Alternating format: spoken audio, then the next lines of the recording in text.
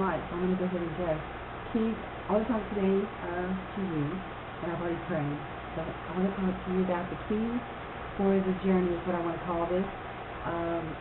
When you go through a door, you've got to have the right key. And when you're on this journey after you're a born-again Christian, you're going to probably make some mistakes and beat yourself up. And he'll tell you don't need to do that. God probably already knows what you're going to do before you do it. People's going off there. Excuse me. So I just wanted to remind you that this is a journey after you're born again. Everything's not going to happen immediately, overnight, once you're born again.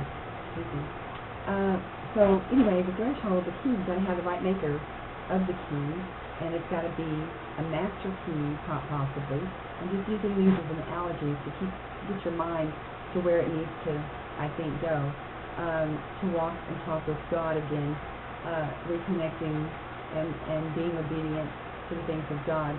My favorite example of what I'm talking about is the story of Elijah and Elisha, who followed the master when everyone kept telling him, what they thought he needed to know, that his master was leaving, and he told them to be silent.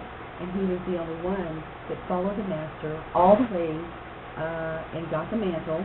And in the end, you see him use the mantle to separate the water, or divide the water, but he used the mantle. But you know that God did this also in the days of Moses when he led the people out. He divided the waters, and the people, the Hebrew people, went through the Red Sea. And I think that may, I wasn't there, and it probably literally did happen, but I think that's where God spiritually for us makes a distinction between you and everyone else, is going, when you go through the threshold, you get that key, you get that truth, and then that, once you get that, then you go on to the, through another threshold. It kind of reminds me of Plato's cave in philosophy. But anyway, I like that story. If you read that, let the Holy Spirit of God speak to your heart, and you'll see places maybe Gilgal may not be one of them, but you may come to a place where some things in your life, you die to those things. Like you maybe used to go out, party, and drink with your friends, and you no longer have that desire. So there's a death that comes with this journey that you're trying to take.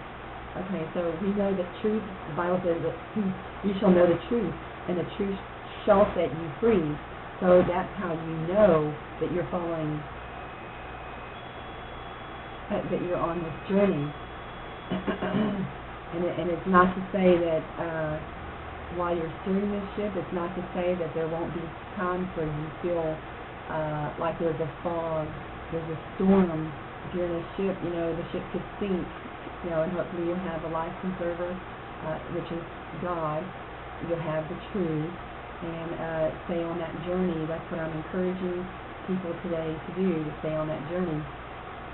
But like I said, you have to follow the master, and that's the Lord and his truth, his principles. And I don't know, I think it may be different for some people. They may learn certain things about God that will open another door to more truth about God, who he is, and what he wants with you to do with your life, his plan, his vision. So that you want to catch his vision.